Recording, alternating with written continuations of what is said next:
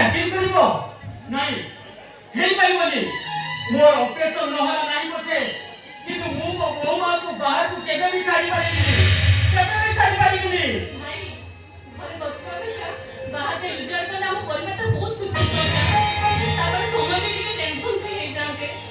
ବୋଉମା, ଏ ଘର ପାଇଁ ଟଙ୍କା ଯଦି ଏତେ ଆବଶ୍ୟକତା ଅଛି, ତାହେଲେ ମୁଁ କାଲିଠୁ ଯାଇ ମୂଲ ଲାଗିବି। ଭାଇ ସେ ଘର ପାଇଁ ଟଙ୍କା ରୋଜଗାର କରିବି, କିନ୍ତୁ ମୋ ବୋହୂ ମାଙ୍କୁ ଏ ଘରୁ କେବେ ବି ବାହାରକୁ ଛାଡ଼ି ପାରିବିନି, କେବେ ବି ଛାଡ଼ି ପାରିବିନି। ଭାଇ ଇଏ ଆପଣ କଣ କହୁଛନ୍ତି?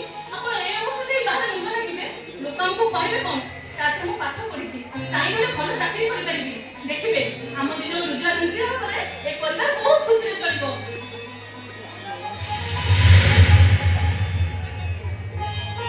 ବୋଉ ମା ମୋର ଠିକ କହିଲା।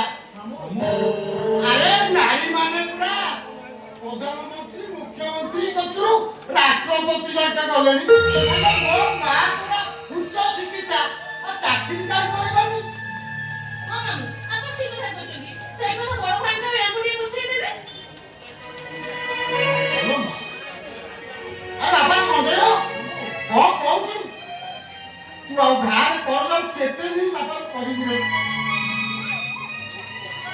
ମୋ ଯୋଉ ବାପା ତୁ 80,000 ଟଙ୍କା ଦେଇଛୁ ମାମୁଁ ବଳ ଯାବରେ ମୁଁ ତୁମକୁ କିଛି କହୁନି ରେ ବାବୁ।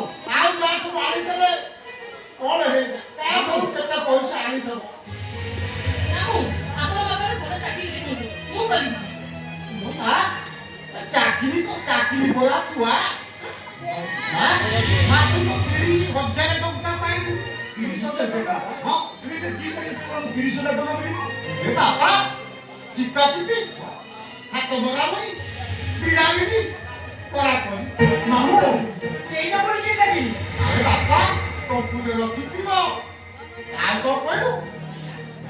ଆଉ ଆକାଉଣ୍ଟରେ ସେ ରହିବ, ଆକାଉଣ୍ଟ ସେକ୍ସନ ଚାକିରି। ମାମୁଁ ବହୁତ ବଡ଼ ପ୍ରାକ୍ଟିସରେ ବାପା।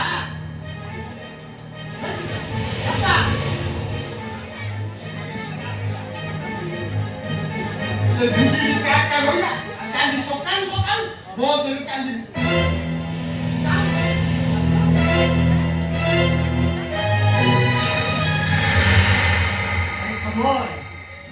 ନିଷ୍ପତ୍ତିଟା ତମ ଦି ଜଣଙ୍କ ହାତରେ।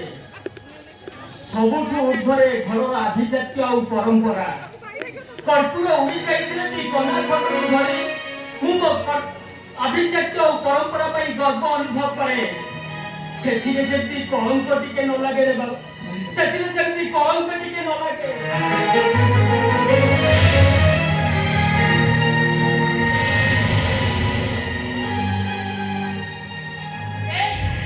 ଏମିତି କଣ ଭାବୁଛ? ଦେଖିବ ଆମ ଭିତରେ ସବୁ ଠିକ ହେଇଯିବ।